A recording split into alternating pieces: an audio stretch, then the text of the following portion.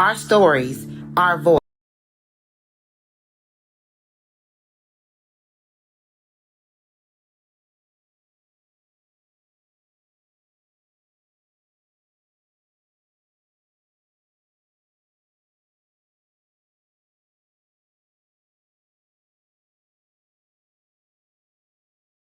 Our stories, our voice, our history hasn't always been welcomed. But we learned long ago that if America won't celebrate us, then we will celebrate our own, told our way, on our time. Today we have thousands of Black creators in film. Thousands of books are on the shelves of stores around the world. But it wasn't always as easy.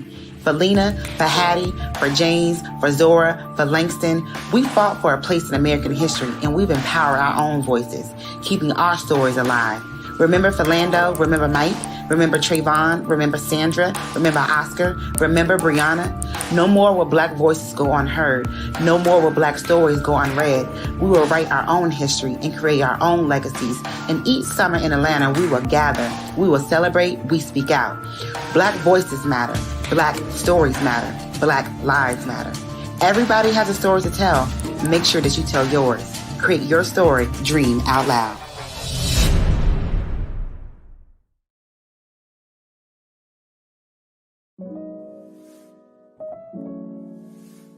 It all starts with a spark. Like this thought or this vision in your head that gives you these ideas and these visions of who you want to be. And I can remember myself sitting in my room, writing in my journal about stories and characters of people I had no idea who they were. And I just knew that that's who I was going to be. I was going to write books. I was going to move to Atlanta, and I was going to become this big-time authoress. And I did that. I got the awards. I got the bestsellers list. I met some phenomenal people, and I've helped other people dream out loud. I think that when it comes down to dreaming, it's more than about just getting it done. It's about having fun and enjoying life while you do it. So y'all dream out loud with me.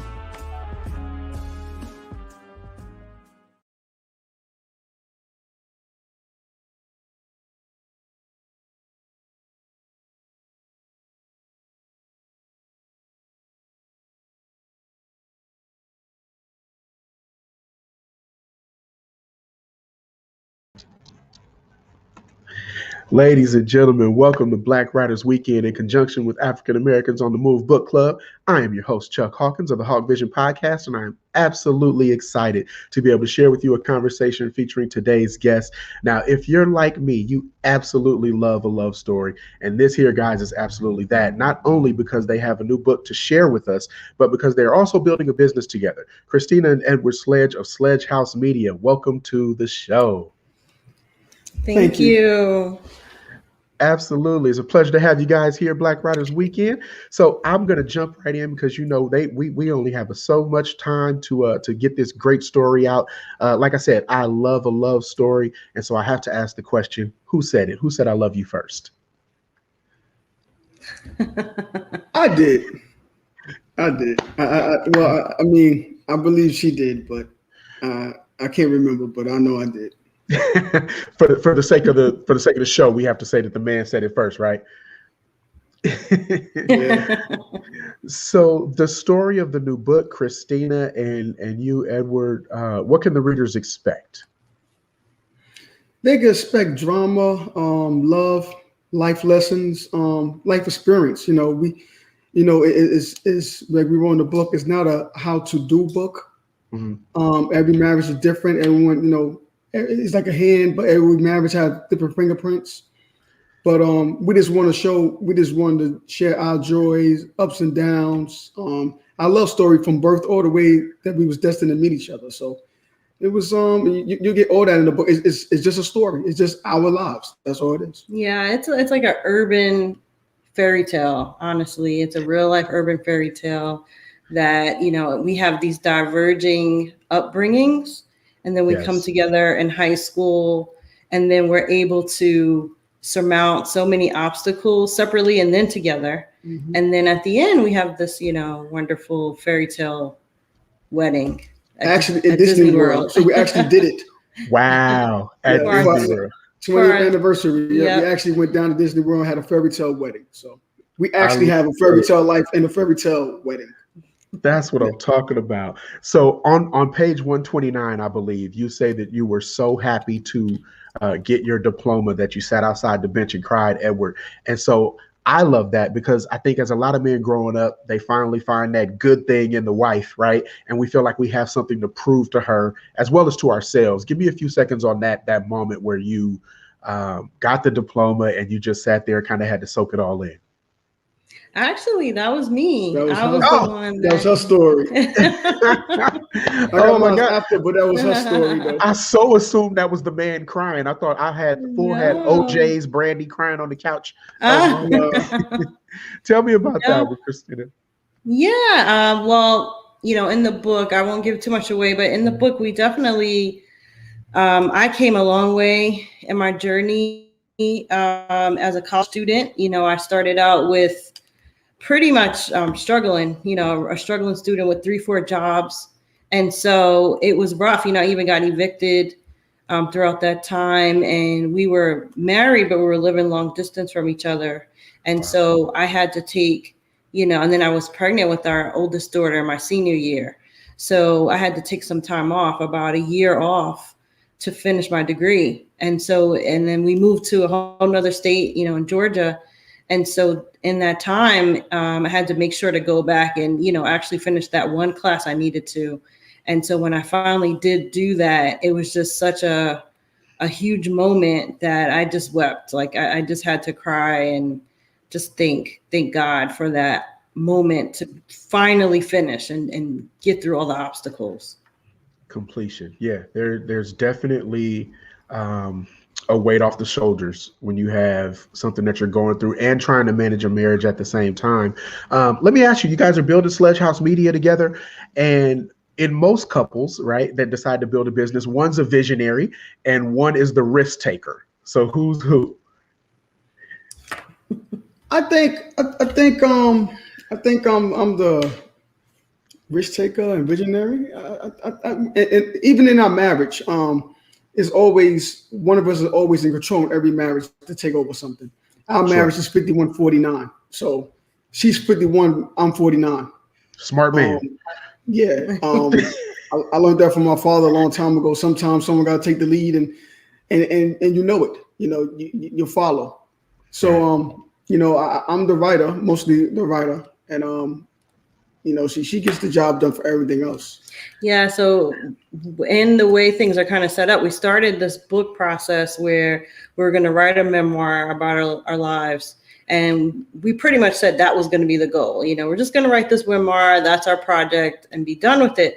But then said, wait, no, we can do bigger. We can go bigger. Let's go ahead and create our own publishing and media company so that we can write more books and then turn them into films and TV shows. And so he had the idea, and then I was able to turn it into this plan of action and kind of execute it and get it out there. I push her and she runs with it. I love it. So she's the analytics data. Let me get this part into actual fact spreadsheets and all that good stuff, and you come up with the good visions. That's a good partnership. Now, I knew that this is going to be a good book when I saw the Spotify playlist. I said, whoever's in charge of the music, these are my people.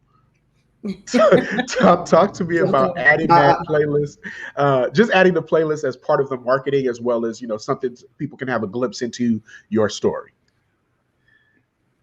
That's her part. Yeah. So I thought about it because my brother, he actually has a podcast as well. And he came up with an analogy of our lives, because you'll see that we have these two different lives and childhoods rather growing up. And you'll see that Eddie's childhood is more of, if you know the song Marvin Gaye, Inner City Blues, it's dark, it's hard, it's struggle, and then my side is more, I believe the children are the future, Whitney Houston, the greatest love of all, So I had that upbringing where it was like, you can do anything, be anything you want to be. And, his was the direct opposite. So that kind of gave me the seed to say, oh, you know what, let's create a playlist and that kind of goes along with the book, almost like a soundtrack throughout the whole book. So, you know, that kind of starts it off. Eddie's part of the book starts it off, and Inner City Blues is one of the first songs of that. And then also, I believe it's Ghostface, All That I Got Is You. Yes. Yeah. I love it. I love it. What happens communication wise in a marriage when you guys decide to write a book, and, you know, not only talk about your past and how you guys met, but the communication process of getting the story out? And, you know, usually we have two different versions that we remember of each thing. How do we come to that conclusion on which one we're going to print? Well, that's the beauty of the book. It shows this memoir shows two sides at the same time frame. So it's times where we together and I think everything is great, and she goes, I don't remember that. And that's not how I saw it. Or it's times where she thought that everything was great, and I came out was like, nah, I didn't feel good about that moment. So it takes you on the same timeline of, you know, is this not the man's point of view? And I'm saying, well, she told me this. Oh, I thought she felt like this. Nah, she gives her own view on it. And to communicate between each other, it was a lot of, it wasn't back and forth, but it was a lot of revisions. We want to add this. You know, first you start raw. You give out everything. It's therapeutic. You start raw, and then you start connecting dots going backwards, and then you start seeing stuff, but then you start editing stuff, you know, to make it neat and clean and understanding to people. So it's a lot of revisions, but you know, we talked it out, what's going in, what's coming out. A lot of negotiation. You know, I'm raw from Inner City, you know, Inner City Blues. I'm raw. Right.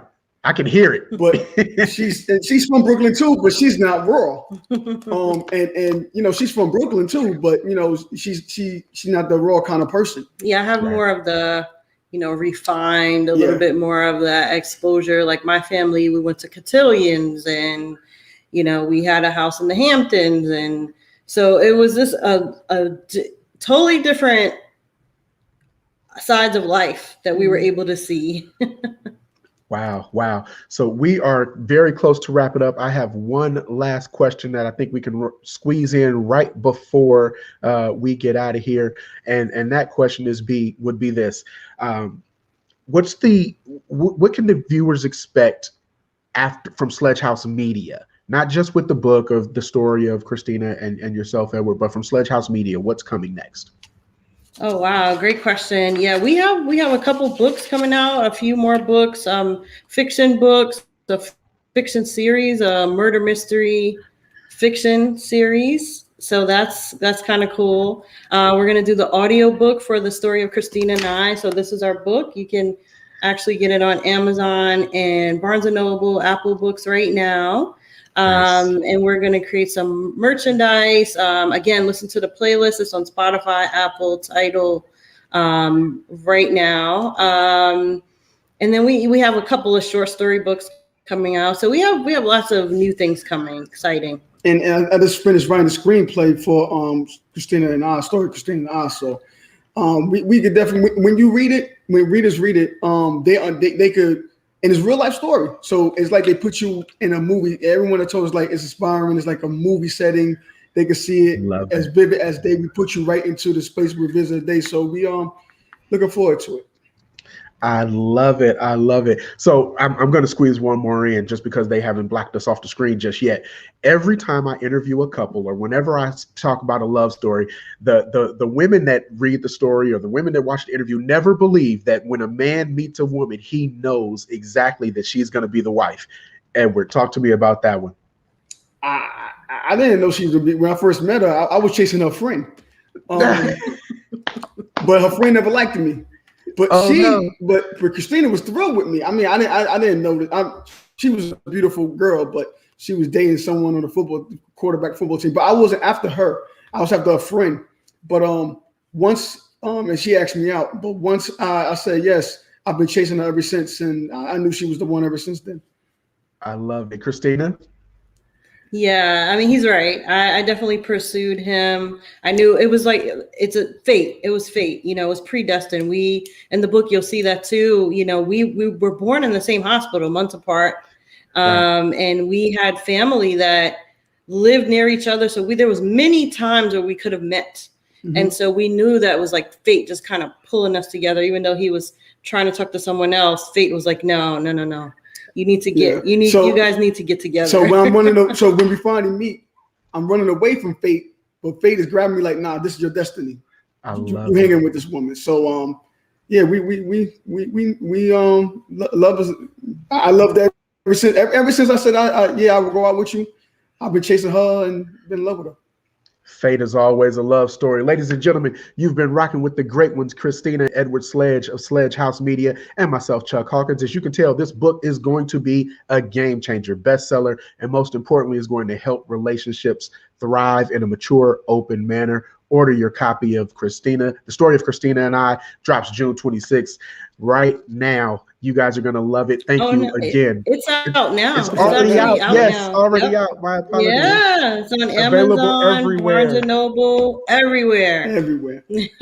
Thank you for joining, guys. Black Book Weekend. Thank you. Chuck.